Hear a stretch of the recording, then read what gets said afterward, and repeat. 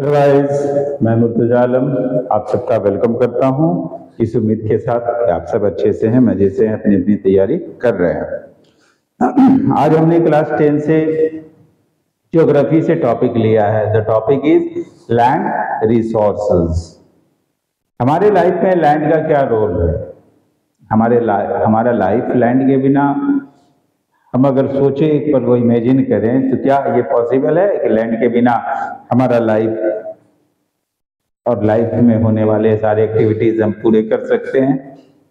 नहीं, हमें settlement land पे बनाना होता है, फैक्ट्रीज, सारी इकोनॉमिक एक्टिविटीज लैंड पे होते हैं, हर चीज हमें लैंड से मिलती है। तो लैंड हमारे लिए, लैंड के पास अटमोस्ट इम्पोर्टेंस है हमारे लिए। आइए वन बाय वन हम इनके बारे में, लैंड रिसोर्स के बारे में देखते, समझते, जानते हैं। सबसे पहले सवाल ये आता है, why land is an important resource? Land को हम इतना इम्पोर्टेंट रिसोर्स क्यों मानते हैं? तो उसका जवाब ये है, we perform our economic activities on land and we use it in different ways. Land is a natural resource of utmost importance because it supports natural vegetation, wildlife, human life, economic activities, transport and communication. ये हमारे हर चीज में काम आ रहा है। हम अपने सारे इकोनॉमिक एक्टिविटीज लैंड पे करते हैं। जितने भी नेचुरल रिसोर्सेज हैं उनमें लैंड सबसे इंपॉर्टेंट माना इसलिए जाएगा क्योंकि हर चीज को ये सपोर्ट करता है, चाहे वो नेचुरल वेजिटेशन हो, वाइल्ड लाइफ हो, ह्यूमन लाइफ हो, इकोनॉमिक एक्टिविटीज हमारे हैं, फैक्ट्रीज, ये सारी चीज वही होते हैं।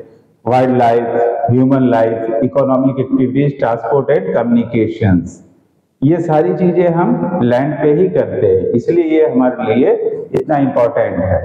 Since land has a finite magnitude, so it is important to use the available land for various purposes with careful planning। क्योंकि लैंड का अपना एक फाइनाइट मैग्नीट्यूड है, इसका एक निश्चित परिमाण है, हमें उसी से काम लेना है। तो उसको सही से काम लेने के लिए ये हमारे लिए जरूरी है कि सूझबूझ के साथ प्लानिंग की जाए और उसका सही इस्तेमाल किया जाए। तो ये तो इस सवाल का जवाब था कि why land is an important resource. अब आगे बढ़ते हैं तो देखते हैं कि इंडिया के पास जो लैंड है उसका क्या हिसाब किताब है। Land in India, Indian land is divided in various relief features. हमारे यहाँ नॉर्थ से साउथ, ईस्ट से वेस्ट अगर हम नजर दौड़ाए तो हम पाते हैं हमारे यहाँ जो लैंड है इसमें कई तरह के रिलीफ फीचर्स हमें देखने को मिलते हैं। कहीं माउंटेन्स हैं, कहीं प्लेटूज है, कहीं डेजर्ट है, कहीं फॉरेस्ट है, कहीं प्लेन्स हैं। Various relief features like mountains, plateaus, plains and islands. About 43% of land is plain. Plain area कितना कवर करता है? 43% of total land mass of the country, which provide facilities for agriculture and industries। और plains में agriculture और industries, इनको set up करना आसान होता है, यहाँ इनको ज्यादा देखने को हम मिलता है ये चीज। Mountains covers 30% of total surface area of the country and ensure perennial flow of some rivers, provide facilities for tourism and ecological aspects। Mountains total area का, टोटल लैंड मास का 30% कवर करता है, और क्योंकि यहाँ माउंटेन से होके ऐसी नदियां बहती हैं जो कि एक टूरिस्ट स्पॉट बन जाता है, तो टूरिज्म को भी यहाँ पे बढ़ावा मिलती है, साथ ही इकोलॉजिकल एस्पेक्ट्स के लिए भी वो सही माना जाता है। About 27% of surface area is covered by plateaus which possesses the rich reserve of minerals, fossil fuels and forests। 27% of total land mass जो है वो है प्लेटूज ने घेरा हुआ, और प्लेटूज जो है वो मिनरल्स, फॉसिल फ्यूल्स, इन चीजों के लिए भंडार का काम करता है और हमसे हमारे लिए बहुत ही जरूरी रिसोर्सेज है और हम वहां से इनको पाते हैं। और बाकी का हिस्सा जो है फॉरेस्ट ने कवर किया हुआ है। अब इसके बाद आगे बढ़ते हैं तो हम देखते हैं इस अर्थ पे जो लैंड है उसका यूटिलाइजेशन कैसे होता है। Land utilisation, land resources are used for the following purposes. Land जितना भी है वो इन चीजों में ही बटा हुआ है। Number 1 forest, number 2 land not available for cultivation, ऐसे लैंड जो कल्टीवेशन के लिए अवेलेबल नहीं है, किसी और चीज में है वो। बैरन एंड वेस्ट लैंड, बैरन जो खाली पड़ा हुआ है जिसका इस्तेमाल नहीं किया जा रहा है। नॉन एग्रो पर्पस, जैसे रोड्स, बिल्डिंग्स, फैक्ट्रीज, इन चीजों में ये यूज हो रहे हैं। Third, other uncultivable land, permanent pasture, चारागाह के तौर पे जिन्हें हम जानते हैं। Land under miscellaneous tree groves. C, culturable waste land, जैसे left uncultivated for more than 5 years agricultural years, ऐसी जमीन जो पिछले 5 साल से उस पर कोई भी कल्टीवेशन नहीं हुआ है। फोर्थ, फैलो लैंड्स, जिन्हें हम अपनी भाषा में परती कहते हैं, खाली पड़ा हुआ। करेंट फैलो, जो एक साल एक एग्रीकल्चरल ईयर या एक से भी कम एग्रीकल्चरल ईयर से जो लैंड खाली पड़ा है उसे हम करेंट फैलो के अंदर मानते हैं। लेफ्ट अनकल्टिवेटेड फॉर 1 और लेस देन 1 एग्रीकल्चरल ईयर। और अदर देन करेंट फैलो में वो आते हैं जो 5 ईयर या उससे ज्यादा एग्रीकल्चरल ईयर से कल्टीवेशन में नहीं है। अब आ जाता है फिर net sown area. Area sown more than once in a year plus net sown area is known as gross crop area. इसके अंदर वो सारे आते हैं जिनमें कल्टीवेशन किए जाते हैं। कल्टीवेशन में दोनों टाइप के होते हैं, जो एक साल में एक एग्रीकल्चरल ईयर में मोर देन 1 टाइम उस पर क्रॉप किया जाता है। ये तो हो गया कि लैंड कैसे यूज होते हैं, लेकिन इंडिया में लैंड यूज पैटर्न क्या है वो हम अब समझते हैं। Forest, during 1950-51 the area under forest was only 40.48 million hectare, जो कि टोटल सरफेस का होता है 14.2%, but it has been increase to 80.20 million hectare, जो कि परसेंटेज में होता है 24.39% 2017-18 में जब सर्वे किया गया तो ये इंक्रीज इसमें देखने को मिलता है। अब इतने सारे लैंड किस किस स्टेट में ज्यादा देखने को मिलते हैं, तो वो है Madhya Pradesh, Arunachal Pradesh, Odisha, Maharashtra, Andhra Pradesh and Andaman Nicobar islands are reporting more area under forest. It is due to heavy rainfall and their relief features, क्योंकि यहाँ के रिलीफ फीचर्स ऐसे हैं, वहाँ हेवी रेनफॉल होता है, इसलिए ये एरिया फॉरेस्ट ज्यादा यहाँ देखने को मिलता है। और 2017-18 के सर्वे के हिसाब से फॉरेस्ट के अंदर कवर होता है टोटल सरफेस का 24.39%। आगे देखते हैं इंडिया का land not available for cultivation, वो कौन सा है। 30% of total land in India are used for human settlement, transport, roads, canals, quarries, deserts, marshes, mountains etcetera. इन सब में वो 30% यूज हो रहा है। Arunachal Pradesh, Rajasthan, Gujarat and Madhya Pradesh states are having more area under this category, about 12.11%। इन सब स्टेट्स में इनका ज्यादातर हिस्सा देखने को मिलता है, बाकी के जो है वो अदर स्टेट्स में बटे हुए हैं। थर्ड, फैलो लैंड्स। इंडिया में फैलो लैंड्स का क्या हिसाब किताब। It accounts for about 8.13% of the total land. Total land का 8.13% फैलो लैंड के तौर पे है। The land under this category is reported more in the states of Rajasthan, Andhra Pradesh and Jharkhand. इन सब जगहों में ऐसे लैंड्स ज्यादा स्टेट, इन 3 स्टेट में ज्यादा देखने को मिलते हैं। अदर स्टेट में भी हैं, लेकिन इन 3 स्टेट्स में सबसे ज्यादा है। Other uncultivable lands. This category includes permanent pasture, चारागाह, other grazing area, miscellaneous trees, groves, crops, and cultivable waste. This category covers about 8.6% of total area. अगर ग्रेजिंग वगैरह में देख ले तो वो है 8.6% of total area. Net sown area. India has net sown area of 46.2% of the total surface area. India में total surface area का 46.2% जो है नेट सोन एरिया में आता है।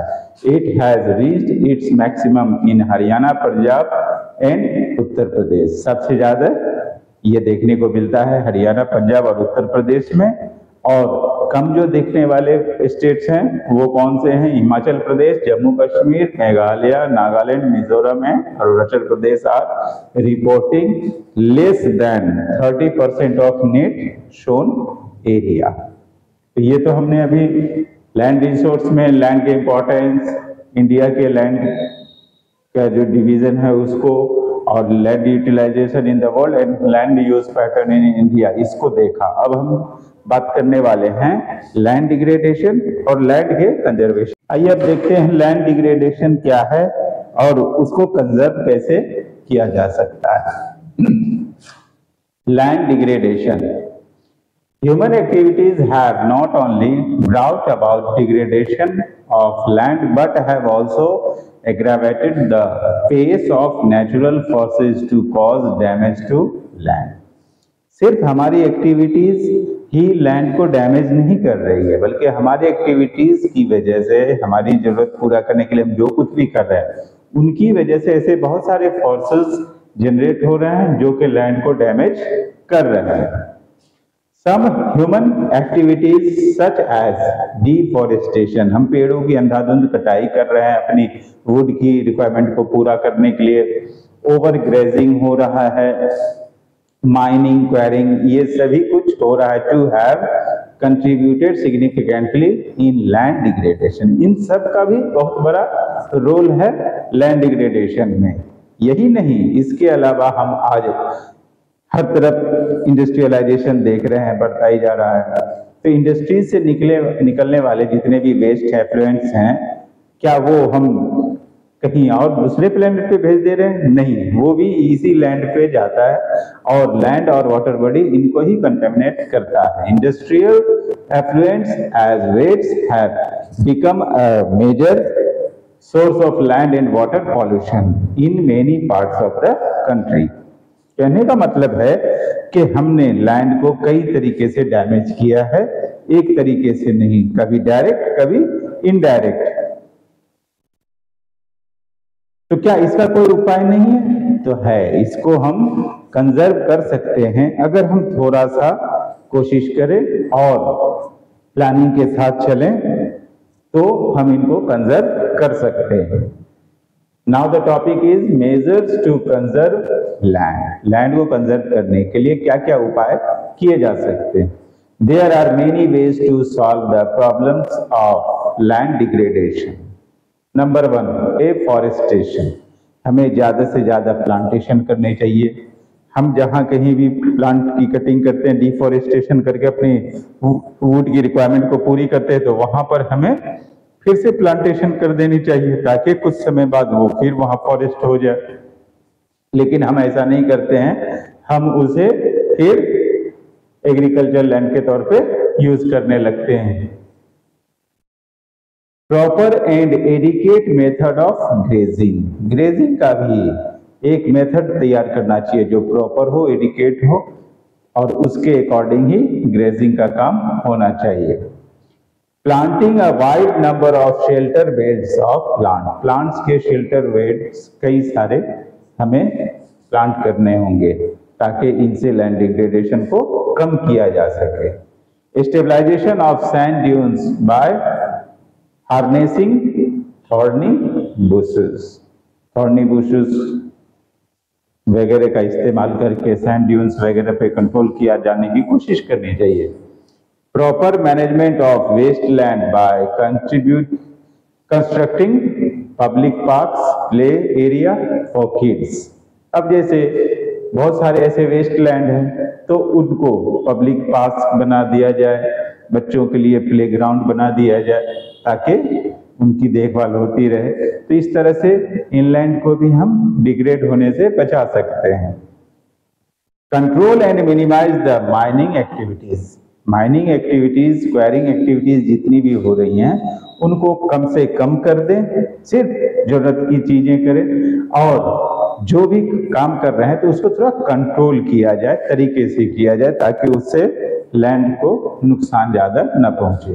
Proper discharge method of industrial effluents, industry से निकलने वाले जितने भी एफ्लुएंट्स हैं उनको अच्छी तरीके से डिस्चार्ज किया जाए, उनको कहीं भी फेंकने से पहले उनको इस तरह के फॉर्म में चेंज कर दिया जाए कि लैंड को वो ज्यादा डैमेज ना करे।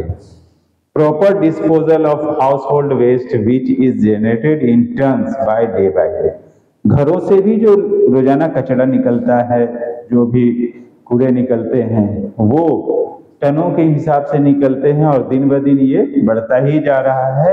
वो भी एक बड़ी समस्या है, उसे कहाँ फेंके, जहाँ फेंकते हैं वहाँ एक कचरा का पहाड़ बन जाता है और वहाँ की लैंड जो है सो बेकार हो जाती है। तो उनका भी प्रॉपर डिस्पोजल होना चाहिए। इसके लिए recycle, reuse, reduce in RRR का यूज किया जा सकता है। तो इस तरीके से हम लैंड को कंजर्व कर सकते हैं। आज के इस टॉपिक में हमने बात किया लैंड रिसोर्स के बारे में। क्या है लैंड रिसोर्स, क्यों है इंपॉर्टेंट, वर्ल्ड में लैंड का यूज किन किन चीजों में होता है वो हमने देखा कि 5 अलग अलग तरीके से उनका यूज होता है। उसके बाद इंडिया का जो लैंड यूज पैटर्न है वो क्या है, हमने वो भी देख लिया कि ये 5 तरीके इंडिया में कितने कितने % में कहाँ कैसे यूज हो रहे हैं। साथ ही लैंड डिग्रेडेशन और लैंड के कंजर्वेशन के बारे में भी बात किया। ये टॉपिक आपको क्लास 10 के ज्योग्राफी में है। उम्मीद करता हूँ इस वीडियो से आप लोग फायदा उठाएंगे। मेरे वीडियो को लाइक शेयर सब्सक्राइब करें और अपना कमेंट भेजते रहें।